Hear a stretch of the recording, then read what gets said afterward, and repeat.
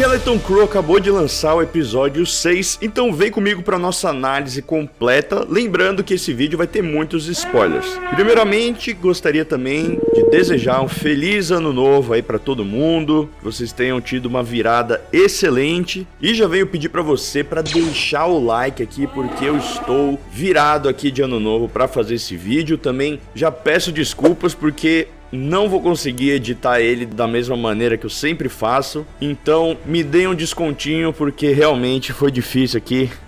Esse vídeo da semana passada foram bem complicados, então esse aqui vai sair com uma edição um pouquinho mais singela. Vou tentar falar tudo aqui do episódio, sem muito rodeio, então vamos lá para nossa análise do 6º episódio. E eu vou separar aqui os dois arcos que a gente teve no capítulo, que é o arco do George e o arco das crianças. Então bora começar falando do George. Ele e o SM-33 acabam sendo presos pela tripulação do Brutus, que acabou chegando lá, e de cara eu já fiquei um pouco surpreso de ver o pessoal ali, o Deadshot, né, o cara que parece o Will Smith do Esquadrão Suicida, porque no último episódio tinha ficado meio que implícito que eles tinham sido mortos pelo ácido lá daquela armadilha. Mas aqui eles aparecem sem nenhuma explicação, então que bom que eles estão bem, que eu gostaria de ver mais deles, mas eu acho que ficou um pouquinho estranho isso aí. Não sei se vocês também sentiram essa estranheza. De qualquer maneira, a gente vai ali para a base do Brutus, que, se você for reparar, toda essa nave aí, essa base de operação do Brutus, é do mesmo modelo que a Roost, que era aquela base de operações do Ranzer Malk, que é onde o Mando acaba entrando na segunda temporada para fazer um heist. Se eu não me engano é o 6º episódio, dirigido pelo Rick Famuyiwa, e depois, no final do episódio, a gente vê ali alguns X-Wing, inclusive pilotados pelo Dave Filoni, pelo Rick Famuyiwa e a Deborah Chow, para prender o Ranzer. Então foi legal rever esse modelo de nave aqui, sendo usado pelo Brutus como sua base de operação. E aí a gente passa para o discurso do George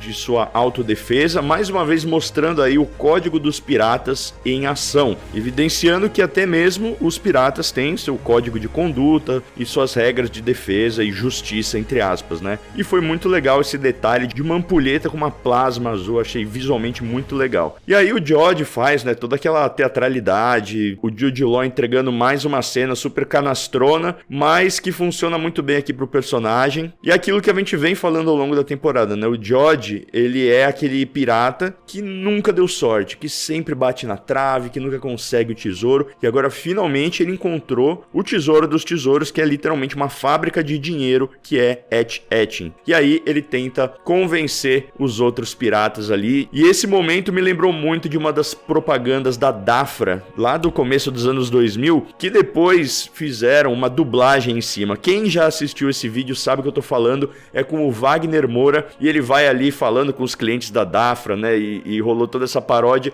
e me lembrou muito aqui o Jude Law falando com aquele pirata Aqualist, tipo, e você não quer fazer a sua fazendinha de coisa que brilha e tal. Então foi uma pequena referência obscura aí. Se você lembra dessa propaganda, comenta aí Dafra nos comentários, que eu quero saber. E durante a defesa do George, ele também cantou a música do Tech Reynolds, que inclusive, tem que falar aqui, foi apontado pela nossa querida Rochelle nas lives semanais que a gente faz aqui no canal, que Reynolds é na verdade uma homenagem a Donner, o Richard Donner, que foi o diretor de Goonies. Então, se você inverter o nome dele, você vai ter Reynolds, que é o sobrenome desse pirata lendário. Então, foi uma linda homenagem que passou despercebida por mim, mas que a nossa querida Rochelle conseguiu pegar essa referência, falou pra gente nas lives. Inclusive, fica aqui o convite. Hoje tá saindo essa análise aqui, mas amanhã a gente tem uma live de 2 horas e pouco, que a gente vai destrinchar todos os detalhes do episódio, que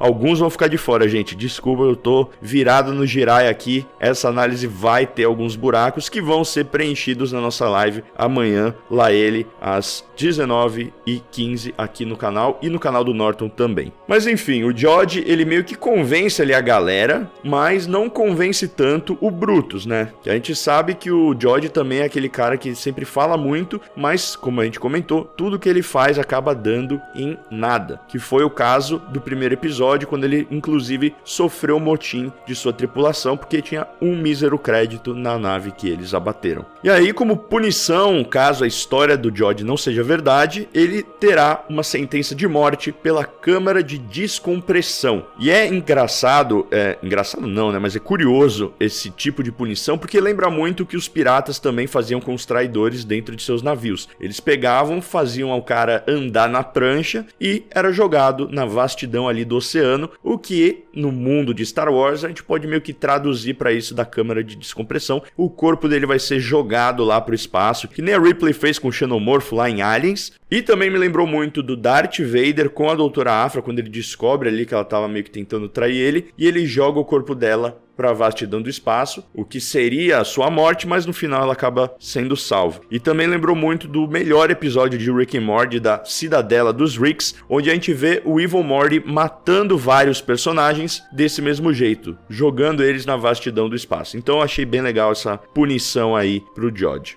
Vamos agora então para o arco das crianças, que teve mais coisa aqui, que foi o centro do episódio. Eles começam ali caindo no alçapão, né, daquela armadilha que o Win acionou, e isso lembrou muito o alçapão que o Luke cai lá em Bespin e Império Contra-Ataca, e também a gente pode considerar aqui uma pequena homenagem ao Grinch, que também tem esses tubos ali, e é um filme que foi dirigido pelo Ron Howard, o pai da Bryce Dallas Howard, que dirige esse episódio. Então não seria nada muito doido a gente pensar que foi ali uma pequena homenagem pro pai dela também. E aí na hora que eles saem dos dutos, eu fiquei já muito preocupado, porque a KB ela caiu e ela ficou totalmente estática, né? Parecia que ela tinha morrido. Então eu já fiquei bem preocupado com isso. E depois foi revelado que na verdade os implantes cibernéticos dela tiveram ali um mau funcionamento. Toda aquela umidade, né, das saunas do spa acabaram corroendo uma peça ali que ela precisava, e aí danifica as funções motoras dela. É uma coisa que a gente tinha comentado também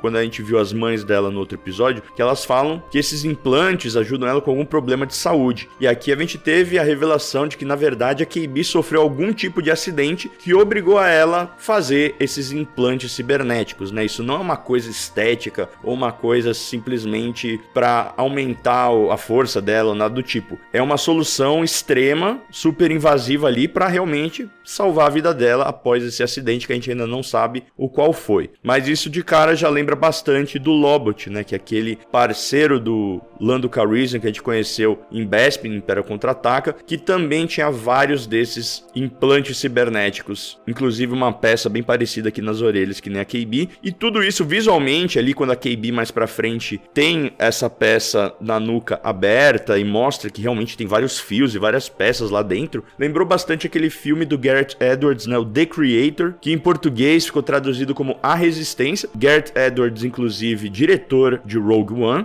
e é um filme que brinca muito com isso, com a inteligência artificial, implantes cibernéticos, essa mistura entre o que é humano e o que é artificial. Um filmaço, super recomendo que vocês assistam, e visualmente lembrou bastante a KB nesse momento. Além disso, a gente teve uma dinâmica muito interessante entre a KB e a Fern, meio que tendo ali uma desavença, uma briga, que era uma coisa que a gente tinha comentado e especulado lá no primeiro episódio, né, que a KB, ela tem um coração bom, ela sente empatia pelos meninos, e ela acaba indo na onda da Fern porque ela tem medo de bater de frente com ela e perder a amizade dela e ficar sem amigos como ela era antes. Então foi legal ver aqui que dessa vez ela se posicionou, foi contra a Fern, porque realmente ela achou que ela não teria condições de subir e escalar para chegar à nave. Isso causou um atrito, mas no final acaba sendo resolvido. Foi legal ver a KB ter essa evolução de conseguir se impor e mostrar um pouco mais da sua personalidade, e ver que mesmo que a Fern ficasse brava e não quisesse mais ser amiga dela, o Win e o Neil continuariam sendo amigos dela. Isso foi muito legal, foi uma cena bem bonitinha aí,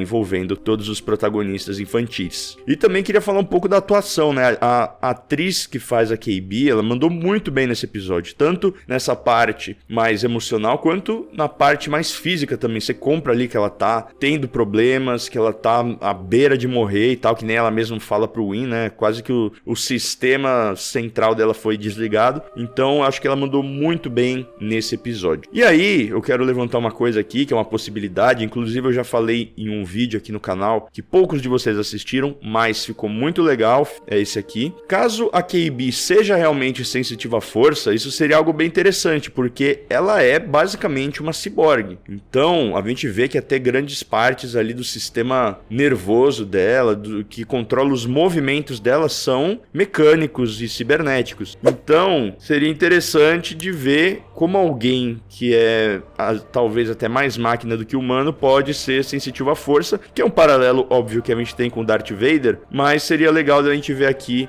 essa discussão ser levantada à tona de novo. Então acho que a KB pode muito bem ser sensitiva à força, e seria legal ver um Jedi mais integrado com a tecnologia, ou mais desse lado ciborgue, porque de cabeça assim eu lembro mais do Darth Vader e só. Então se vocês lembram aí de alguém também, manda nos comentários.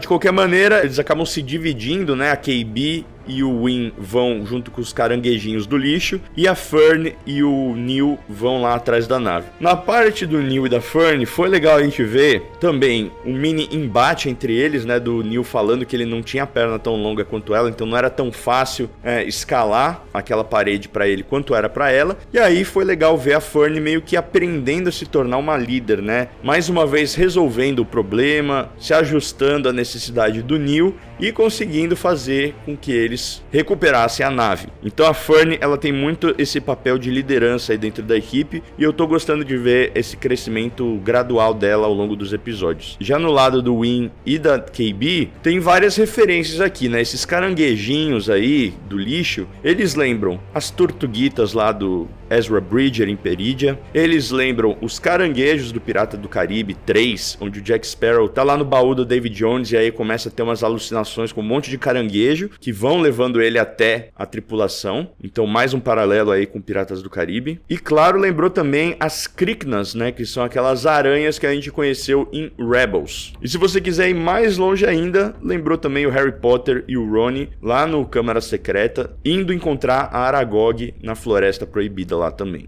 E aí, esses caranguejinhos, né, eles parecem ser muito simpáticos. O Win chega e fala, eles são locais, eles vão levar a gente pra alguém que vai conseguir nos ajudar. E aí eles repetem algumas palavras e o Win fala, eles falam, eles são inteligentes. E isso já me lembrou na hora de uma fala do Qui-Gon, né, mais uma fala do Qui-Gon servindo como referência aqui na série, que é a habilidade de falar não torna você inteligente, que o próprio Qui-Gon falou pro Jar Jar Binks e não poderia estar mais correto, né? Então foi legal ver o Win aqui se ferrando novamente. Ele tem um dedo muito podre, todo mundo que ele escolhe confiar acaba traindo ele, e foi engraçado ver esses caranguejinhos levando os dois para aquele monstro gigante, que inclusive esse monstro ele foi feito em stop motion. A gente viu alguns materiais aí de making of, bastidores, e a gente vê que ele foi feito com a técnica de animação de stop motion, que é aquela técnica muito antiga, aperfeiçoada pelo icônico e lendário Ray Harryhausen, que fez filmes como Jazão e os Argonautas, que tem aquela cena clássica dos esqueletos lutando. Então o cara aperfeiçoou muito essa técnica, e depois, inclusive na trilogia de Star Wars, a gente teve o Phil Tippett, que é outro monstro dessa técnica, que fez ali os Tauntauns em Hoth no Império Contra-Ataca. Então foi legal a gente ver o pessoal resgatando essa técnica e fazendo de um jeito assim que você só vê que é stop motion pelo movimento que fica um pouquinho menos fluido, né, da criatura, que poderia muito bem ter sido feita só em CGI. Eu acho até que inclusive eles usaram uma mescla de CGI com stop motion aqui para essa criatura. Poderia ser só de CGI? Sim. Ficaria mais natural, mais fluido, mais crível? Sim, mas foi legal ver eles fazendo esse resgate dessa técnica que tá muito entranhada na história dos efeitos especiais do cinema. O que nos leva então para a cena do resgate da nave, né, que aparece ali sendo quase que engolida por um tipo de compactador de lixo que cospe fogo. Lembrou muito Toy Story 3, quando os brinquedos estão meio que caindo naquela fornalha também. E aí eu quero falar de uma coisa que desde o segundo episódio, eu acho, a gente já sabia que ia acontecer. No momento que o SM-33 falou, nunca toque nesse botão de demolição do cara, casco, a gente sabia que em algum momento esse botão seria apertado. E isso, meus caros, é uma coisa que é chamada no mundo dos roteiros de arma de Chekhov, que é um princípio dramático que sugere que detalhes dentro de uma história, ou um objeto, ou uma peça, irão contribuir para a narrativa geral em algum ponto no futuro. Isso é uma forma de encorajar os escritores a não fazerem falsas promessas em suas narrativas, ao incluir detalhes que não servirão para nada, sabe? Então, é aquele negócio. Se tem uma arma que tá numa parede ali e foi apresentada no primeiro ato de um filme, você tem certeza que no terceiro ato alguém vai pegar essa arma e vai usar ela. Isso, inclusive, é literalmente mostrado no filme Tá Todo Mundo Morto, ou Shaun of the Dead, que é um dos meus filmes favoritos, dirigido pelo Edgar Wright, que eles vão num pub e lá tem um rifle na parede, e eles até falam, ó, tem um rifle ali, mas não deve funcionar. E aí, no final do filme, eles vão lá, tá cheio de zumbi invadindo o bar, eles pegam o rifle e usam e descobrem que era de verdade e não só uma decoração. Então foi uma maneira meio que literal de aplicar essa regra aqui de roteiro. E se você não viu esse filme, assista porque é muito, muito bom. No resto, foi legal ver as crianças se tornando uma tripulação ali, com a Fernie sendo a líder novamente, o Neil o piloto, a KB a técnica, a engenheira de voo da nave e o Win lá em cima na artilharia. E isso meio que forma o termo Skeleton Crew, que como o Norton já apontou nas nossas lives, o termo Skeleton Crew é designado para o número mínimo de pessoas que podem operar uma nave ou uma embarcação. Ou seja, para você voar uma nave que nem a Onyx Cinder, você precisa de no mínimo 4 tripulantes para fazer todas essas funções. Se tivesse 3, já não daria certo. E isso é chamado de Skeleton Crew, tipo, a tripulação esqueleto, que é o essencial. Se tivesse menos que isso, já não daria certo. Então foi legal ver o nome da série sendo aplicado aqui. E aí a gente descobre, né, quando eles apertam o botão de demolição do casco, que na verdade a nave ela tinha como se fosse um casulo em volta dela, que acabou sendo engolido ali pelo compactador de lixo, e revelou uma nave muito bonita, diga-se de passagem, bem moderna ali. Gostei bastante do design da Onyx Cinder e foi legal ver essa transformação, como se ela estivesse saindo de um casulo. No geral, esse episódio foi dirigido pela Bryce Dallas Howard, que eu comentei, que é uma excelente diretora. Ela já dirigiu o episódio 5 de O Livro de Boba Fett, que é fantástico. Ela dirigiu 3 episódios de The Mandalorian, um em cada temporada. E se eu não me engano, ela dirigiu mais alguma coisa que tá me passando aqui. Mas enfim, ela é uma excelente diretora, entregou um bom trabalho, apesar de que esse episódio eu senti que ele não avançou tanto assim a trama, mas era um negócio que a gente já tava esperando. Eles precisavam sair do planeta de Lanupa e o George precisava ir em direção a Et-Et. Então o episódio cumpriu o que ele tinha que fazer, né, o dever de casa do enredo, e entregou uma dinâmica legal dos personagens, algumas discussões interessantes envolvendo a KB, a dinâmica, né, das crianças. Então foi um episódio funcional. Eu gostaria que tivesse acontecido mais coisa, mas de qualquer jeito falta agora só o 7º e o 8º episódio pra gente acabar essa temporada, que como eu venho falando, tá muito regular, a régua tá lá em cima, os episódios estão entregando uma qualidade muito boa, e vamos ver qual que vai ser a conclusão dessa história. E pra você, forte mandaloriano e forte mandaloriana que ficou até o final, que passou esse ano novo comigo, comenta aí, feliz 2025, mando, pra eu saber que você foi um dos poucos mandalorianos que chegou até o final do vídeo. No mais, amanhã tem live às 7h15 e semana que vem a gente tem mais uma análise de Skeleton Crew pro 7º e penúltimo episódio. Te vejo lá, um feliz 2025 pra todos e this is the way.